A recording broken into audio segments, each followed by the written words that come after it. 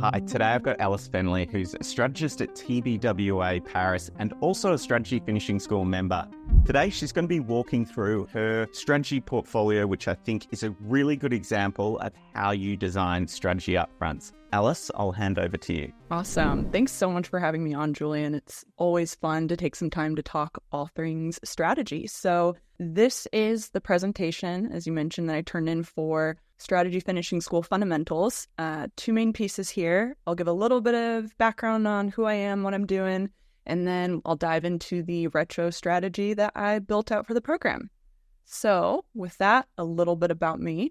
So my name's Alice, and I like to consider myself somewhat of a culture vulture, so someone who's obsessed with all things happening online, offline, around the world, a global citizen. So as an Irish and American citizen who's worked, fortunately, in 4 countries now, visited 31, and hope to keep visiting and learning in more countries as the years go on.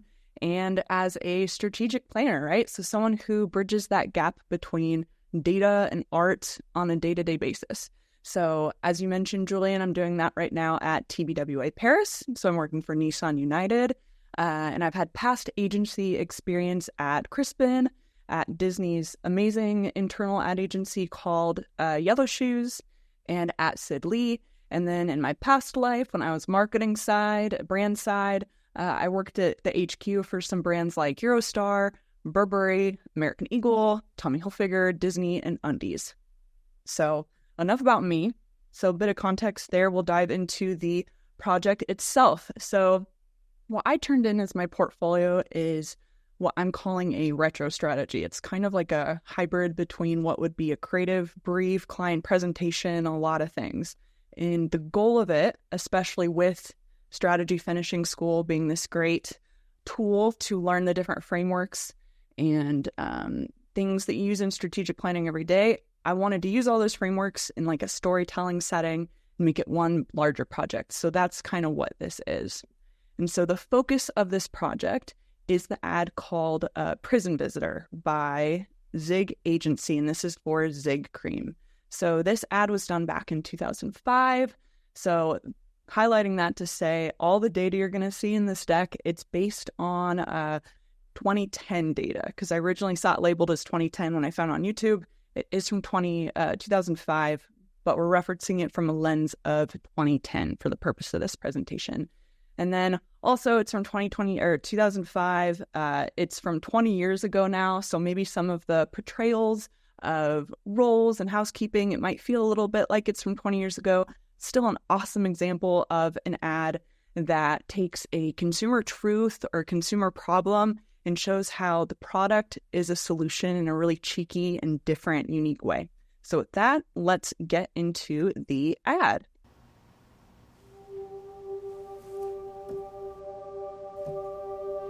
When are you gonna get out of here? In a while. I gotta get back.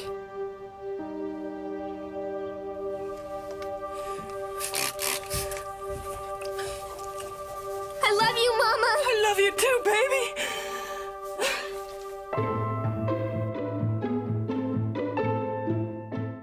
All right, so with that, we'll dive into the retro strategy of what we imagined would have gone into this Vim Cream ad. If you're watching this video right now, you might be chilling on your quad at university, taking a homework break. You might be in the metro on the way back from work, watching YouTube. For the sake of this presentation, I want you to visualize yourself in a different space, in the place that's the most important to you, that's most important to a lot of us, and that is home sweet home, right? So it's the space that we have for self-expression, like the paint you put on the walls, the table you put in your living room.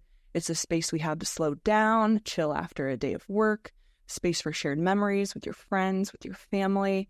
For a lot of people, home, your house, it's the American dream, right? But we love our houses, but over the last few years, the relationship that we have them, it's changed quite a bit, actually.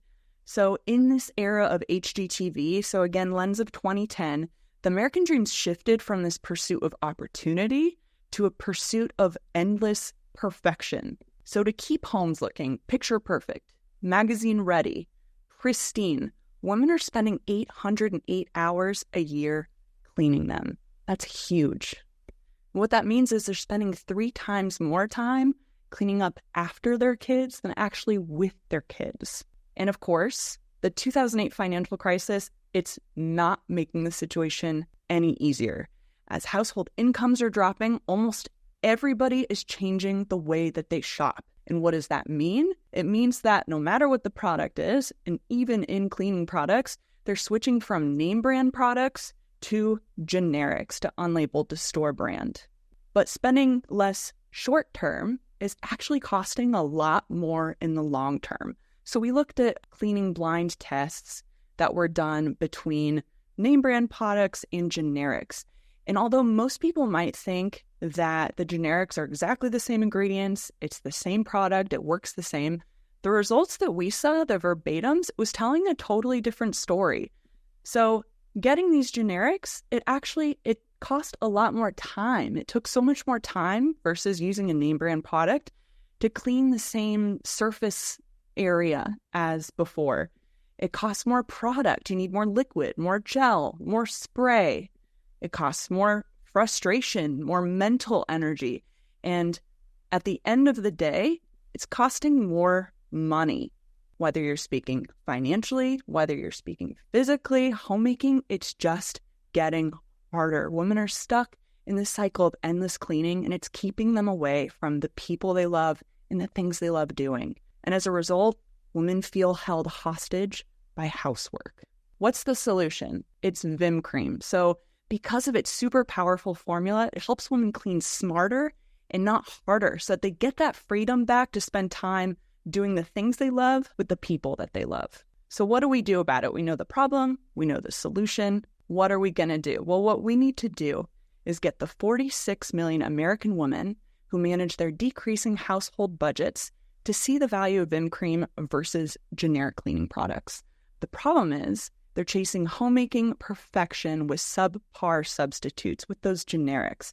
And because it takes that extra time, that extra effort, it's leaving them spending more time cleaning their homes with the people in their homes. And that separation, it's leaving them feeling held hostage by housework. So we need to show that Vim Cream is the solution to cleaning smarter and not harder, so that they can enjoy their houses and their housemates again, helping Vim to regain that market share from generic cleaning products. All right, so we know what we need to do, and now we need to talk about how we're going to get the message out there. So we'll do that with a 360 integrated campaign, all leveling up to that overarching objective of capturing cleaning product market share from the unbranded generics. With that same proposition that's woven out throughout the presentation of Vim Cream is the solution to cleaning smarter, not harder. So that content will live in 3 different buckets. It'll first start out in living, the first phase, where women are stuck spending their time cleaning their homes instead of with the people in their homes. So we need to make content that liberates, that shows that Vim Cream is the solution to freeing them from the constant cleaning. And when we think about what kind of moment we can show up with that content, we can think about, for example, spring cleaning. You've been spending a week cleaning your entire home. You're exhausted. It feels like it's never ending. And you start taking some breaks to watch your favorite TV show or your online favorite shows, listen to Spotify playlists. So we should bring content into that moment through TVCs, OLVs, or Spotify, for example.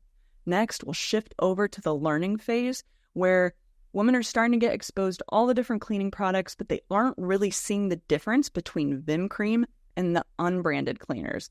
So we need content that enlightens them and demonstrates that Vim Cream's powerful formula outperforms all the generics.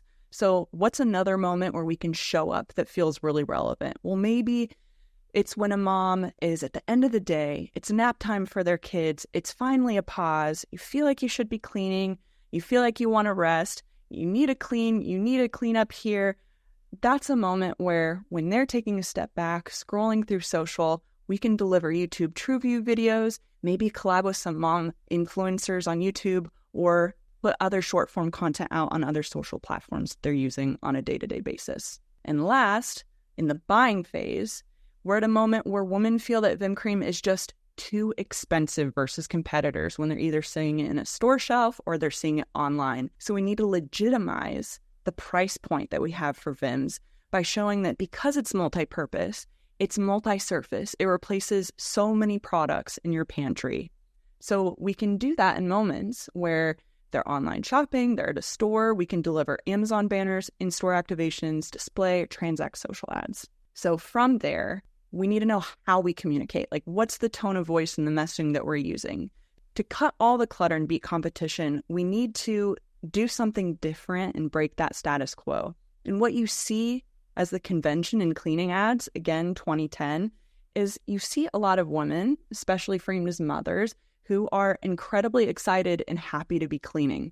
But we know that's not realistic. We know that's not the reality of the day-to-day cleaning life. So what we should do for Vim Cream is show up in a really refreshingly relatable way, kind of playing fun with the drudgery of cleaning, but showing how Vim Cream is the solution to that problem. And so to build out that campaign, hypothetical timeline that would start out the client brief and shift all the way over to creative production, here just kind of as a talking point for next steps, and a point in which you'd say, any questions to ask either creative team, clients, whatever the scenario would be where this kind of presentation would be shown. Before, Julian, I pass the microphone back over to you. I'll walk a little bit through the appendix, because like I said, the core purpose of working on this project with Strategy Finishing School was to get reps in and really learn the different frameworks and deliverables that you need to know as a strategic planner. So for this, what informed that storytelling upfront was, first of all, the 4 C's. So truths within category, like going unbranded now, costs more later. Consumer, women spent 3 times more time cleaning up after their families than with their families. Culture, the American dream shifted from opportunity to perfection. Company, Vim's tough ingredients let you clean smarter, not harder. All going into the middle of pristine homes aren't making women happy, they're holding them hostage.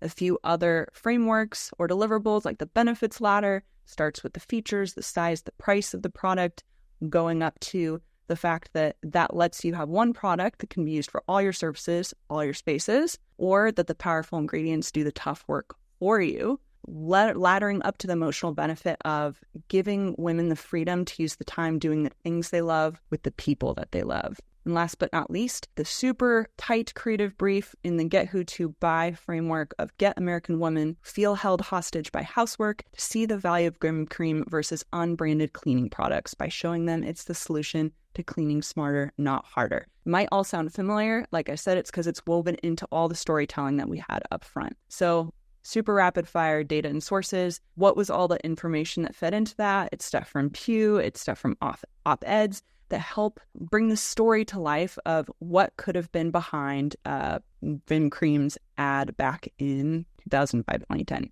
I know, Julian, you're not a thank you slide person because that's also in the Strategy Finishing School modules, but thank you again for carving out the time, giving all your valuable feedback, and even building out the platform. It's super helpful just for getting those reps, learning and growing as a strategist. Thank you so much for that, Alice. It is so good to see someone who has gone through the Strategy Finishing School and put all the components together. What I especially want to highlight are some of the areas that I think you did really well at. Firstly, I know we talked about this at the very front, but there's often the question of like, how many slides do I have in a deck? And it really shows here, it's not about how many slides, it's about the story that you tell. And I think your storytelling is really logical. Like, it's really clear how you went from the business problem of like the generics eating their lunch to, okay, well, where's the consumer problem? They've got like no time, their time's been taken away. And that is so tight in there. So I just thought that was fantastic, the story. I also loved the piece for me about look at how the category is talking about cleaning. It's like everyone's so happy, da, da, da, da, da. And that really gave a really nice nuanced piece as well at the end there. I think the other great thing is I'm actually glad you shared the appendix at the end and kind of like said, hey, Julian, stop there, because I think it's a really great way to show data, because often people feel at the start of their career, oh my God, I've got to convince everyone of every single point. Actually, you don't.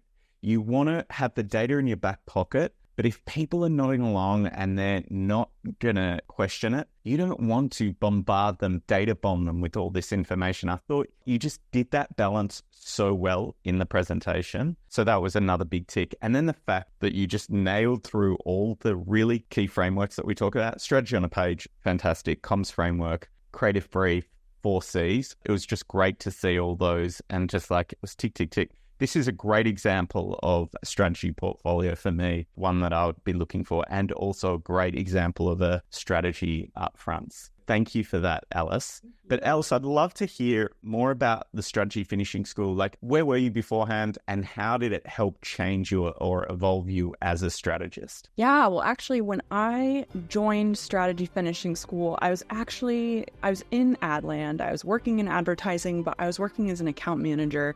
And that is, of course, such an important and critical role in advertising, but maybe it wasn't the right fit for me. Like, what I realized with some reflection is where I felt most interested and where I felt like it could add the most value was actually in strategic planning. But the transition from account management to strategic planning isn't always incredibly straightforward. And I felt like I really needed to boost some of my skills to make sure I could get there and make the transition easier. Like, I felt like I needed more capability, like the ability to use the frameworks, felt like I need more confidence, the ability to show up and show I know what I'm talking about with those frameworks, and then the credentials even. So with Strategy Finishing School, I felt like it nailed all those three things. And when I was looking for different resources online and strategy, your content showed up time and time again. So really happy I found it. And again, thanks for all the feedback, all the modules. I think it's such a great resource for people to have. Excellent. Thank you. And for anyone else who's thinking about joining the Strategy Finishing School, is there anything else you would think to tell them? Again, a lot of it's really about the reps. Like, it's great to watch all of the videos and see all of the examples, but really take it seriously to do the activities. There's a lot of activities and homework pieces that are there to help you and there to make you really push your thinking to another level. So definitely, if you're getting the program, make sure you're watching everything, but engaging with everything and taking every opportunity to learn with it, because it's all there for that reason. Excellent. When your portfolio came through, I just saw it and there was just so much great stuff in there. And I thought, we need to get on video and you need to share this with the world. So I'm glad we got that opportunity. So thanks so much. Thank you, Julian. Thanks.